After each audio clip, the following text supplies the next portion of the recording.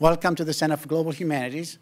I think this is a third main lecture, but we had an event 10 days ago about shaping the future of Portland. Center for Global Humanities is really involved in more than lecture series. We work with the community to help, create a better environment in the city of Portland and the region. So please stay posted. Follow our news on the website, and you'll get emails from Neil Gendreau and about these things. And we are very delighted to have Mark Bauerlein with us tonight. I mean, he was supposed to be here last Monday, but because of what happened and the weather and all that stuff, he was almost boarding the plane, and then he got an email from Danielle Shaw saying, no, it's canceled, everything is canceled. So at the very last minute, he went back, and now he's back again. So we are very, very grateful for his flexibility.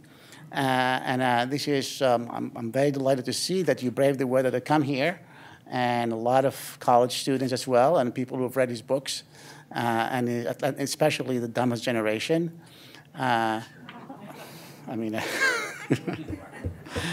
And for the first time, my 13-year-old daughter is here as well. Her name is Safia. So I hope she learned something from this lecture. So Mark Bauerlein is a senior editor at First Things and professor of English at Emory University, where he has taught since earning his PhD in English at UCLA in 1989.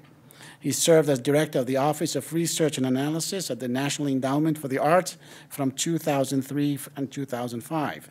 He is the author of several books, including The Dumbest Generation, How the Digital Age Stupefies Young Americans and Jeopardizes Our Future, Negrophobia, A Race Riot in Atlanta, 2001, and Literary Criticism, An Autopsy. And he has published numerous reviews and commentaries in the New York Times, Wall Street Journal, Washington Post, Boston Globe, Weekly Standard, The Guardian, Chronicle of Higher Education, and other national periodicals. He has appeared on CNN, CBS, News, Fox, and Friends, BBC World News, All Things Considered, C-SPAN, and other national media outlets.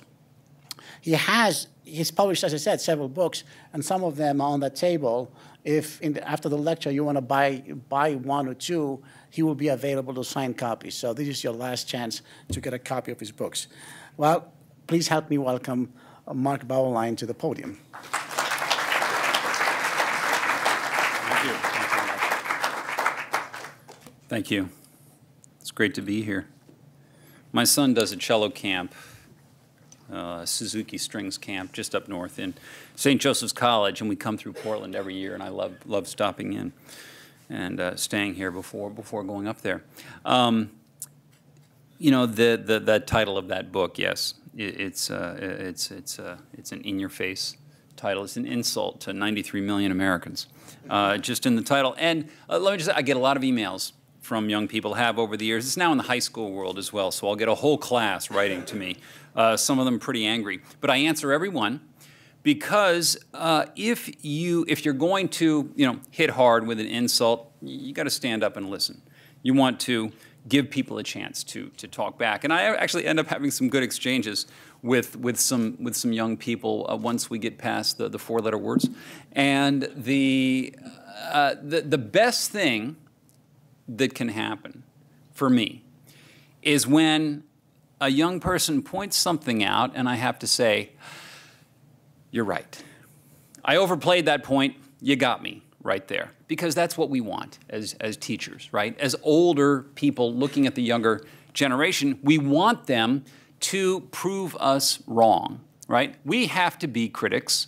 We have to be stern observers of adolescence as part of the function of helping them grow up. And we know they've grown up when they can argue back and beat us, right? On good, solid grounds of logic and wisdom, evidence, and so on. So in that spirit, I'm only going to talk for about 30 minutes, and I'm going to leave time for a lot of response, especially from the young people. in the audience here. So it is great to be here at a Center for the Humanities. The humanities aren't doing so great in higher education today. Many of you may know.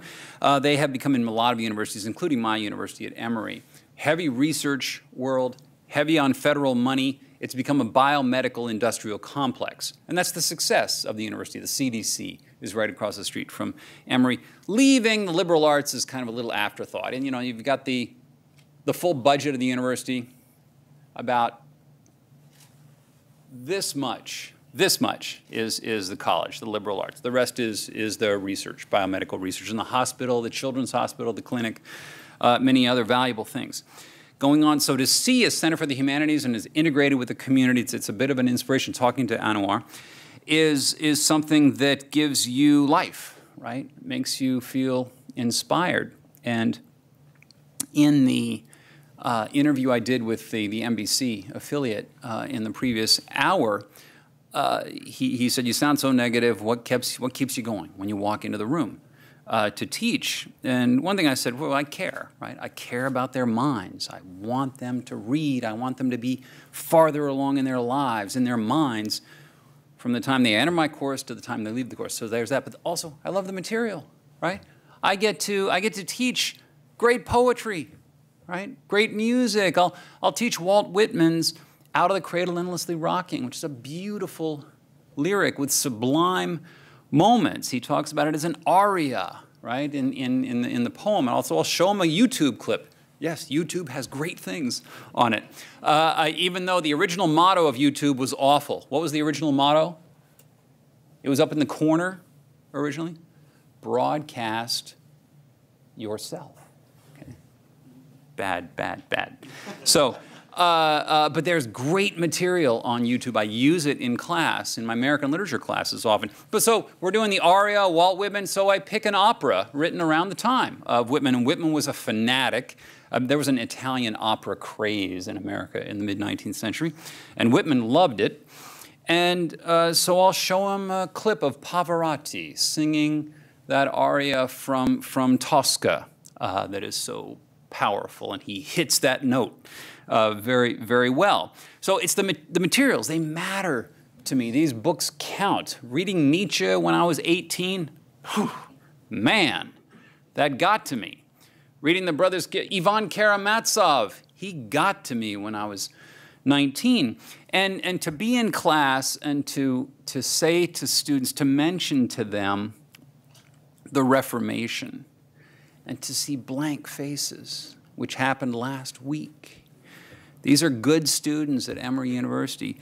To mention Thelonious Monk, nothing, is distressing. I'm saying, you guys, you got cheated.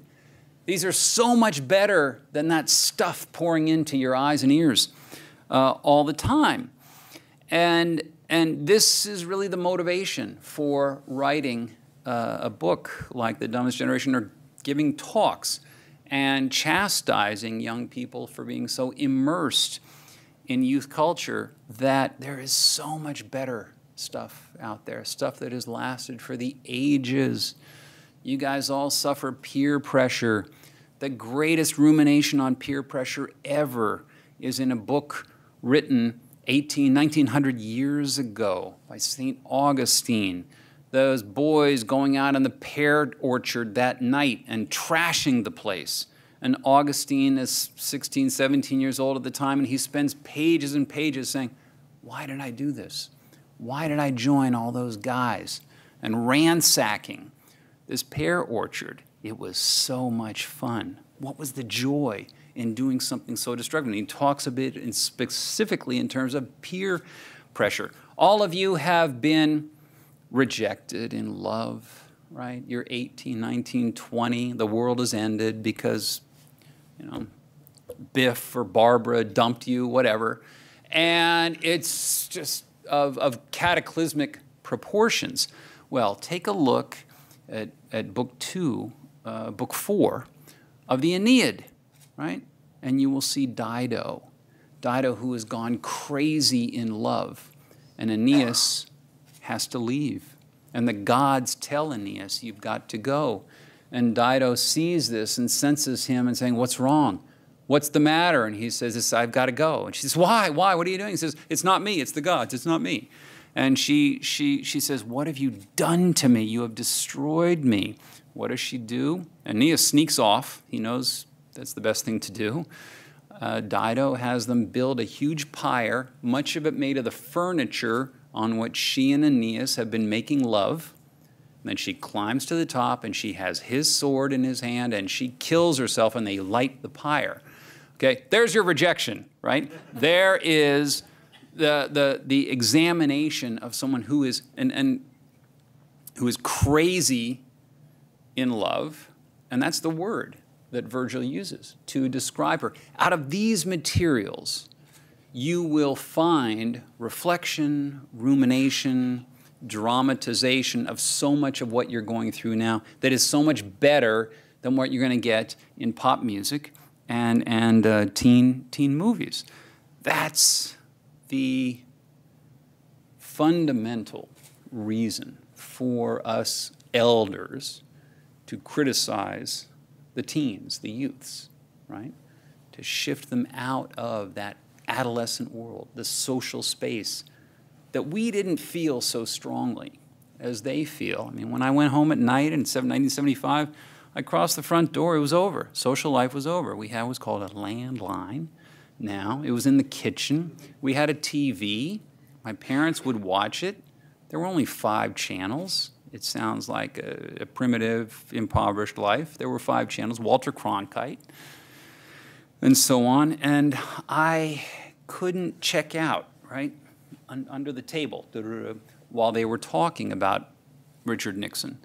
I couldn't call a friend. I couldn't go on the internet. There was no social life that could happen in that world. So I was forced to be, I'm no better than any millennial, but I couldn't go somewhere else and avoid grown-up pressures. You know, we have peer pressure, adult pressures. There were adult pressures that I just received passively by what was on TV, by the conversations at the dinner table that I couldn't tune out very well.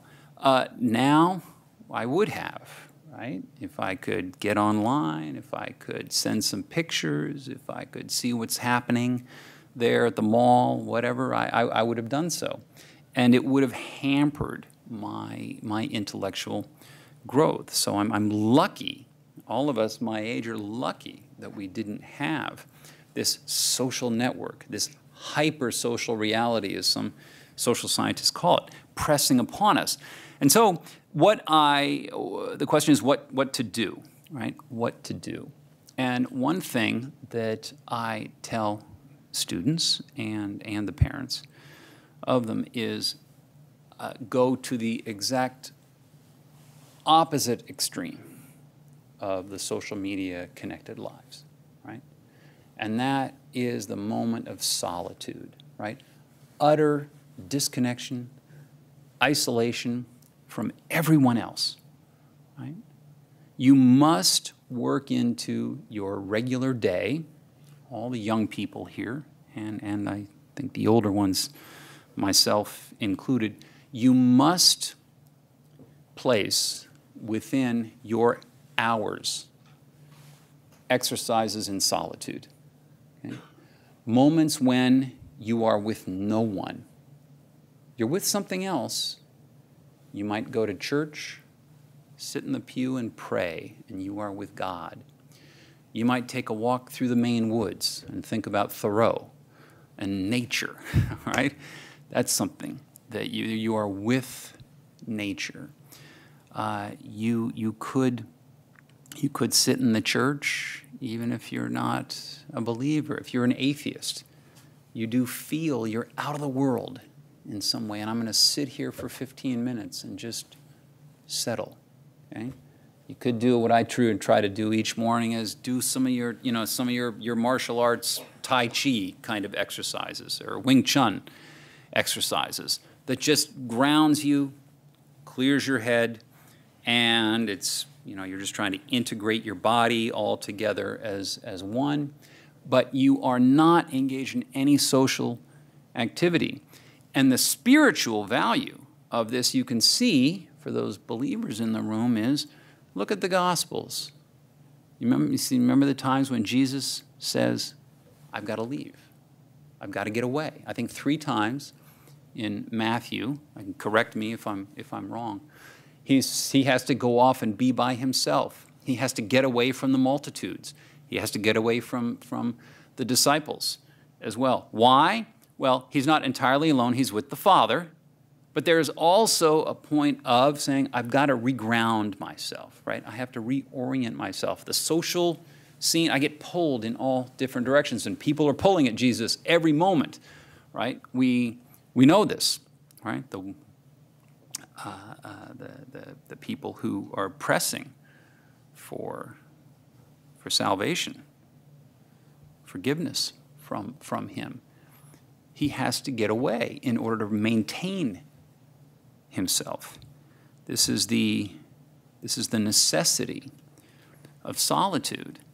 And in a world of 24/7 connection, in a world in which Reid Hoffman, the founder of LinkedIn and one of the Silicon Valley demigods, says, we're trying to make a world so that you never, ever have to be alone ever again.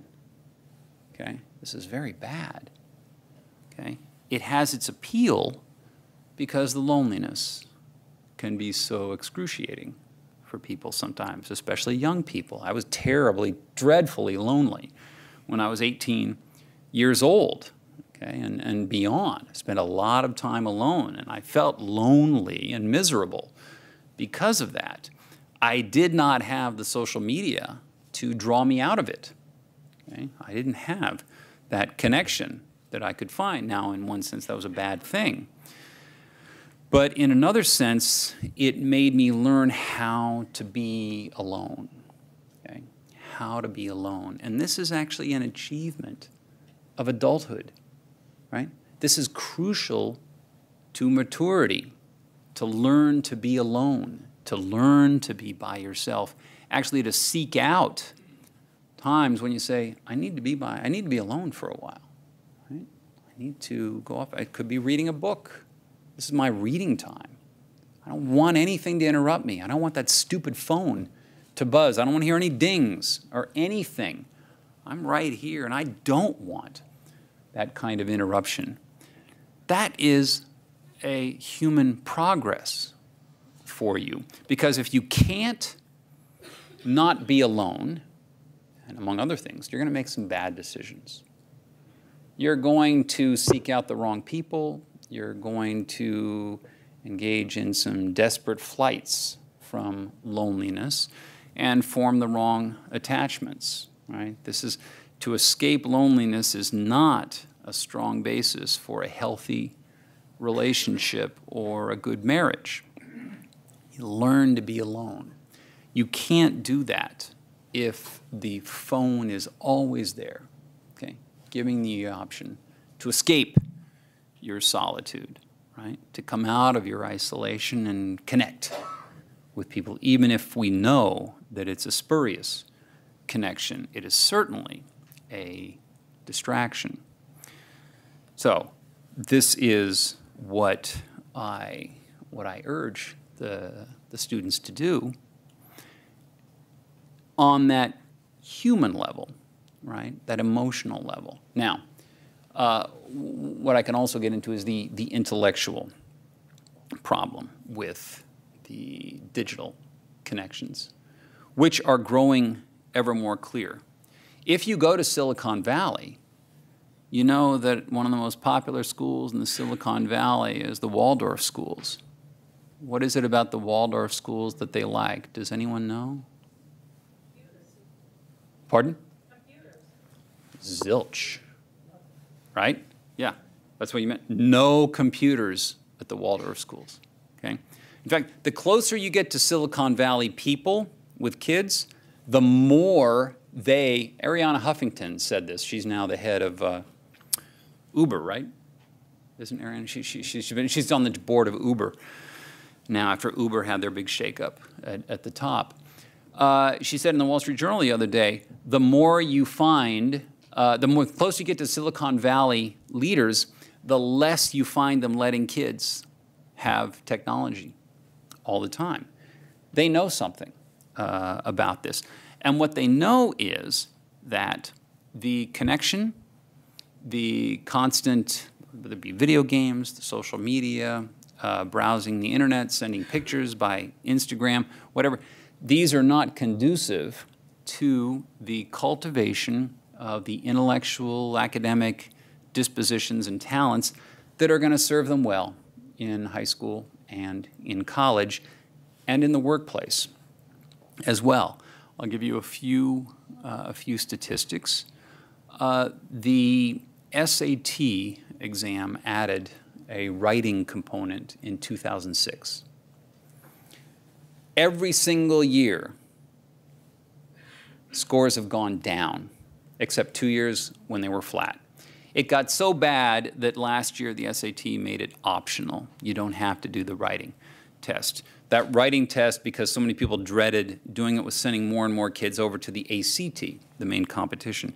But on the ACT charts something called college readiness. It takes scores and evaluates whether the test takers are college ready or not. In the last 6 years, the percentage of students who are college ready in English, ready to take a freshman composition course, has dropped by 6 points. Now, this is at the same time when the social media, Twitter, and email, everything else, has been invading students' lives.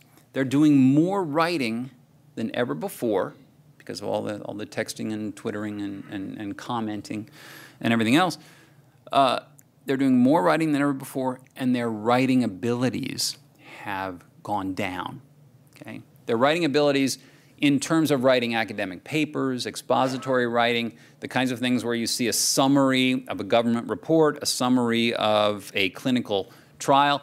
This is the kind of writing that young people need to do when they get into college, and especially going into professional spheres.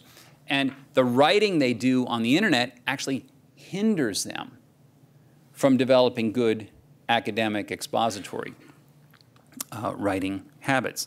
And this is why when they ask employers, what are the biggest deficiencies you find in younger workers, and actually this goes for manufacturing as well as corporate white-collar America, poor communication skills and verbal skills, especially writing, is always near the top of the list.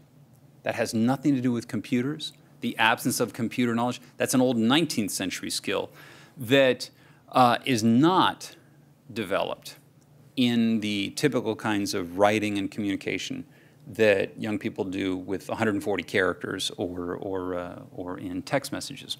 So the numbers on academic achievement and digital saturation, here's what's happening with those.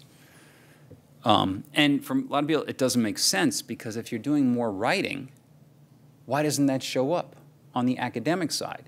It's because the writing skills, let's say in a Twitter or text messaging, refining those does nothing to help you write a good 5-paragraph essay. It's not transferable. Okay, writing doesn't work that way. So the academic benefits of the online world are entirely undemonstrated at best at this point. You know that when I run a zero laptop, no surprise, classroom, the research is solid on this. Taking notes on a keyboard while you're listening to a lecture versus taking notes by hand, the handwriting note taker retains the material significantly better than the keyboard taker.